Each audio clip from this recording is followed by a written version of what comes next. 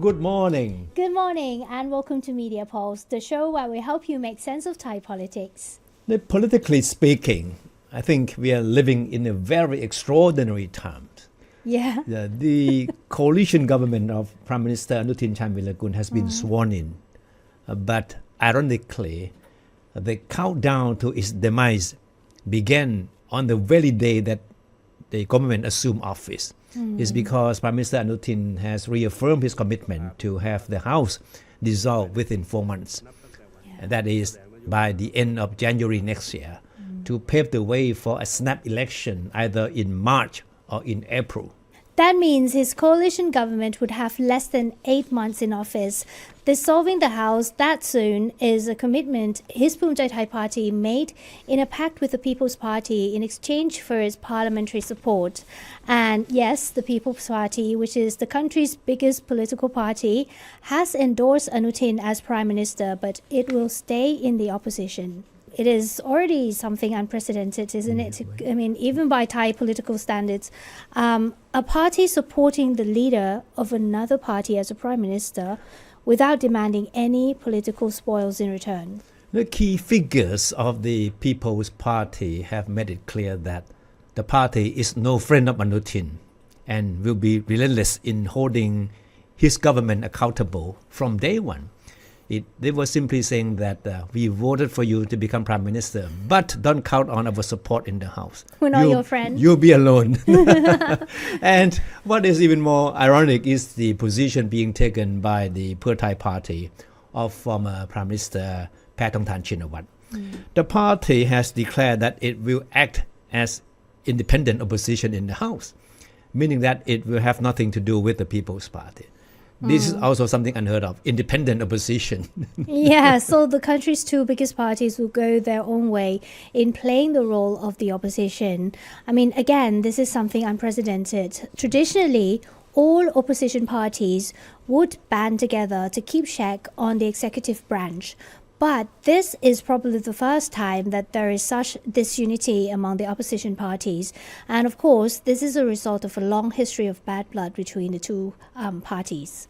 Now, how this will play out will be clear when Prime Minister Anutin presents his government's policy statement to the House. We can expect the subsequent House debate next week on the policy statement to resemble a no-confidence debate. And that is very normal. A lot of times, or most of the times anyway, the debate on government policy statement always end up being looking like a no confidence debate. They're going to vote against the government. It's very fierce, isn't it? Yeah. And it would not be a surprise if Thai party and the People's Party will try to outdo each other to demonstrate who does a better job in holding the Anutin government accountable, right? They know they will need to play to their audiences with one eye on the next general election. Of course, we will definitely be back next week to tell you what transpires in the House debate. All right. The border conflict between Thailand and Cambodia is far from over. And in the past few months, the conflict has thrusted the role of the military into the forefront. And one particular army general has come to be recognized as the face of the military as a result of this. It's not the defense minister, it's not the supreme commander, and it's not the army chief. Okay, so who is he? It's the commander of the 2nd Army Region, which looks after security on the northeastern region bordering Cambodia. Let's have a look at these video clips and you will know what we mean.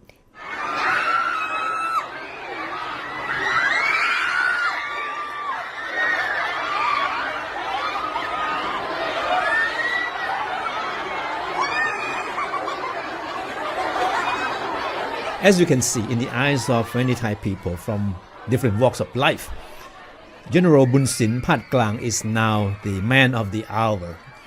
It's all a result of his handling of the conflict with Cambodia, which at one point grew up into skirmishes between the armed forces of the two countries. And even though he is only days away from retiring from the army, the 60-year-old general continues to make headlines and win admirers, including among school children. That's extraordinary, isn't it? Unlike most senior government officials and bureaucrats who tend to fade away as they near retirement, General Boonsin has been even more active and more visible than before. And everywhere he goes, he never fails to receive rock star treatment from his audiences. The media also enjoy talking to him. He's soft-spoken yet tough-talking. Boonsin has dominated the headlines more than any others, either in the military or the government, when it comes to dealing with Cambodia. By now, it's undeniable that Boonsin has become the face of the military, as we said earlier. And if you ask anyone on the streets to name just a single army officer they know by name, General Boonsin would likely be the one. Yeah, exactly. It's rather unprecedented that a regional army commander like Boonsin would draw both attention and admiration to such extent. Boonsin's army career was spent in various posts, mostly in the northeastern region. He was also posted for a period to the conflict zones in the southernmost Thailand. General Boonsin was little known until the border conflict with Cambodia broke out. Thai media have attributed his sudden rise to prominence to the nationalistic tone in his speeches and interviews. It strikes the right chord with large segments of society which see Cambodia as a threat and Cambodian leaders as untrustworthy. And in one of his most quoted statements, Boonsin declared, "No reopening of border checkpoints until the day I retired." Wow. And with only a few days left before he goes into retirement, it's clear that his tough position on border checkpoints reopening will stand. On another occasion, Boonsin hit back at what he considers to be Cambodia's aggressive behavior by trying to encroach upon Thai territory. And this is what he said. He goes, "This is my land. I have been here since time immemorial. Whoever wants to take it will be in for a fight." And what he said made headlines for days. Yeah. But the general also has his critics who see his recent role from a totally different perspective. They believe that his speaking tour is part of an attempt by the military to use him and the ongoing conflict with Cambodia to burnish its image, which, of course, as we know, has been tainted by its frequent intervention in politics. And General Boonsin's interactions with the audiences on school campus are also seen by these people as a brainwashing exercise. Political observers believe that the plain-speaking general has successfully used the ongoing border conflict to help cast the military in a positive light, something that has not been seen in decades. Judging by their reactions, it's clear that most of his young audiences come away impressed by his nationalistic message and often light-hearted quips. Some openly see him as a hero. No, with such popularity, it would not be a surprise if General Boonsin has been approached by political parties to run in the next election. And he would surely be a strong vote getter for any party, able to persuade him to join. But the general has repeatedly made it clear that he has no interest in politics. The plain-speaking general admitted that he has been offered high-profile positions as well. This comes from political parties, but he said he turned them down. He declined to name the parties, only saying that politics is full of uncertainties. So what is the future plan after retirement? General Boonsin said he hopes to continue to contribute to the work of the army. And he said, even without the army uniform, I can still continue to offer advice to my colleagues. So that means that he will try to keep an active role, but not as a general in charge of the battle operations like that, but he will be offering advice to his friends, to his colleagues, and his former subordinates. He could even go into teaching, I guess. Because he's good at public speaking. Very good. Anyway, even though Thailand's border conflict with Cambodia shows no sign of easing as he nears retirement, Boonsin said he is confident that the government and the military can handle the situation well, as there is now much better coordination among various agencies concerned under the leadership of new Prime Minister Anutin Chanvirakul. Under the previous administration of Prime Minister Paetongtarn, it was obvious that the executive branch and the army did not see eye to eye on how to handle the border conflict. In her phone call with Cambodian strongman Hun Sen, remember? Yeah. Paetongtarn even referred to General Boonsin as our opponent in reference to his uncompromising stand toward Cambodia. You know, she said, don't listen to him. He always wants to act smart. So that's what Paetongtarn told Hun Sen, right? And as we all know, Paetongtarn paid dearly for what she said about the general. She was subsequently ousted as Prime Minister by the Constitutional Court for the disastrous phone conversation with Hun Sen. Now, in the eyes of his supporter, General Boonsin does not only act smart, but he also looks smart. Yeah, true. Yeah, he's got a lot of fans now, which is good. Anyway, now let's talk about a major challenge facing Anutin's premiership. I mean, how do you amend a constitution in 4 months? Now, we have tried very hard to explain the what and how of the attempts to amend the constitution, which is not easy. And now we are talking about 3 or 4 different versions of proposals to amend the constitution, right? Yeah, 3 drafts. Yeah. So from the Thai Party, from the People's Party, and the Thai's Party. So, as we said earlier in the show, as soon as the cabinet was sworn in on Wednesday, the clock started ticking. So what are we dealing with here, and why are we seeing proposals to amend the constitution?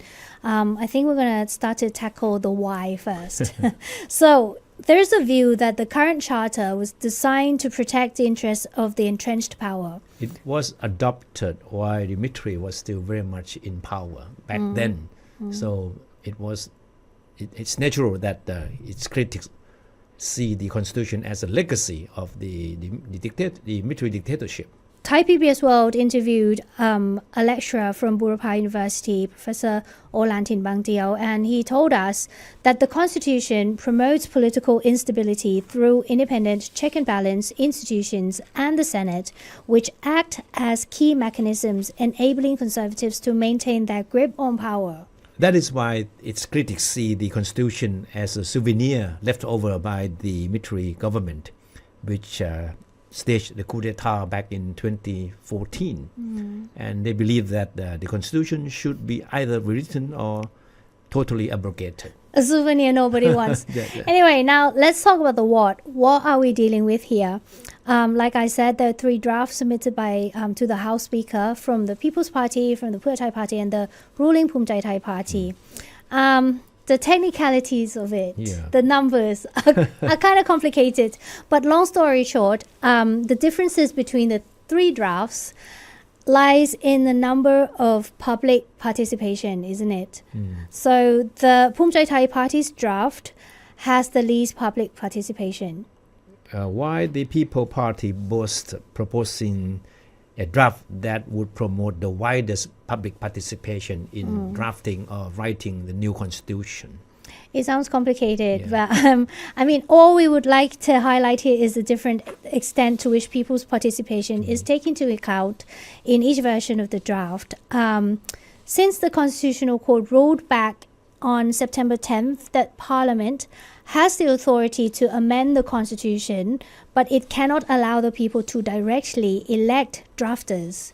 So political parties are finding ways around it by letting the MPs vote for the members of the Constitution Drafting Committee instead.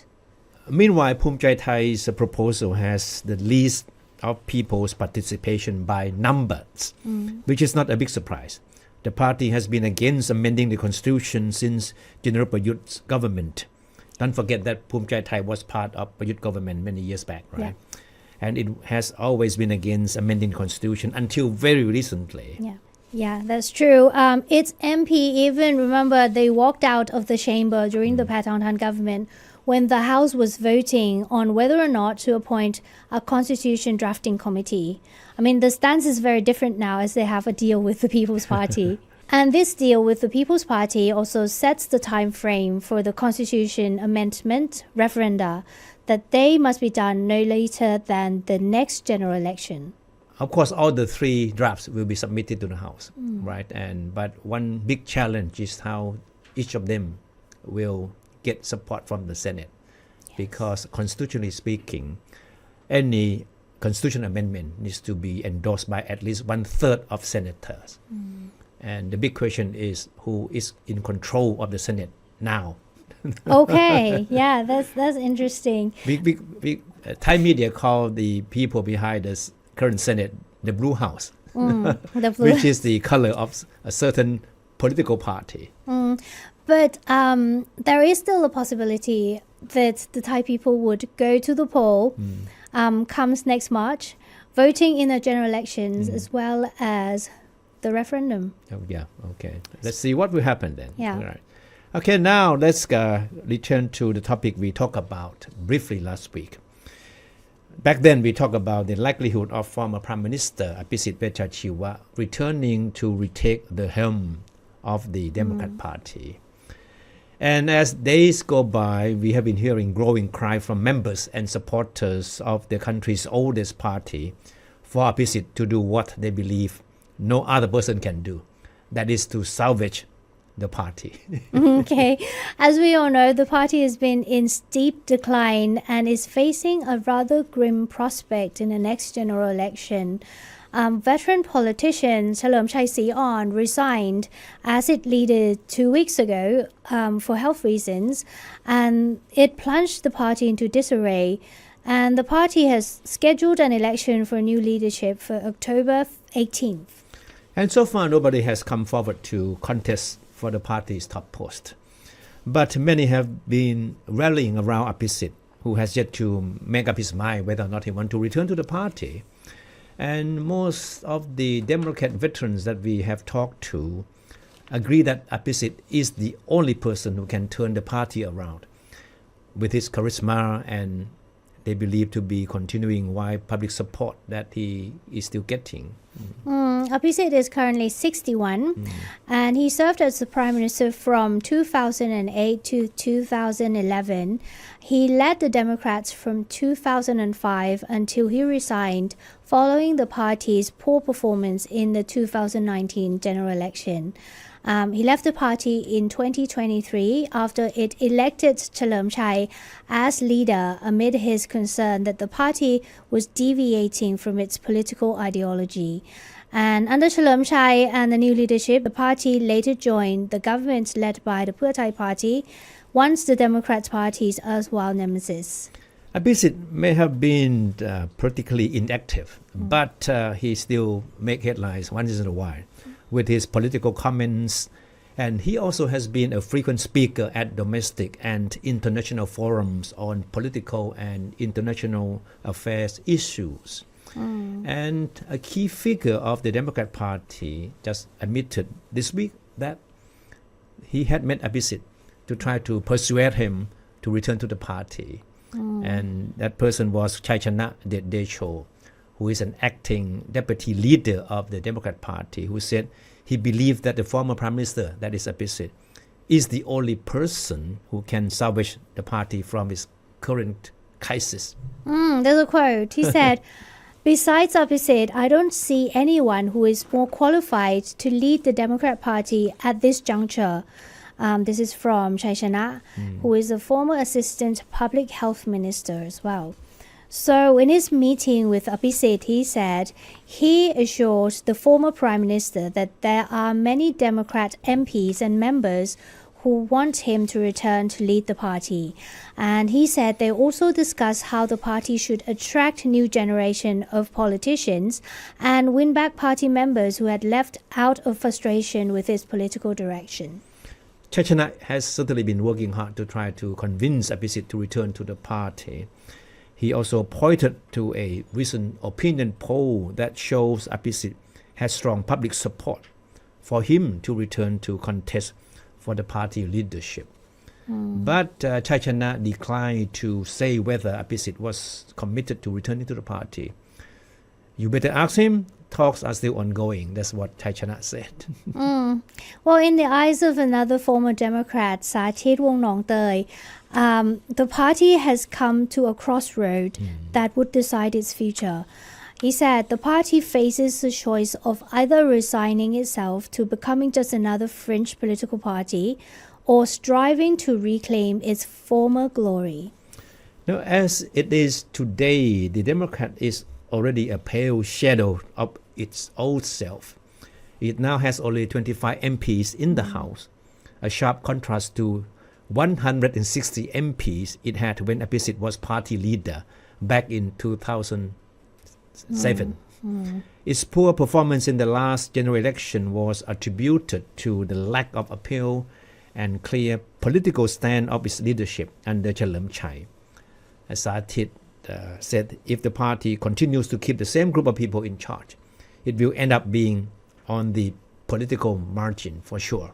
Saathit, who was part of the Democrat leadership under Abhisit, said it will end up being just a fringe party that survives on political expediency.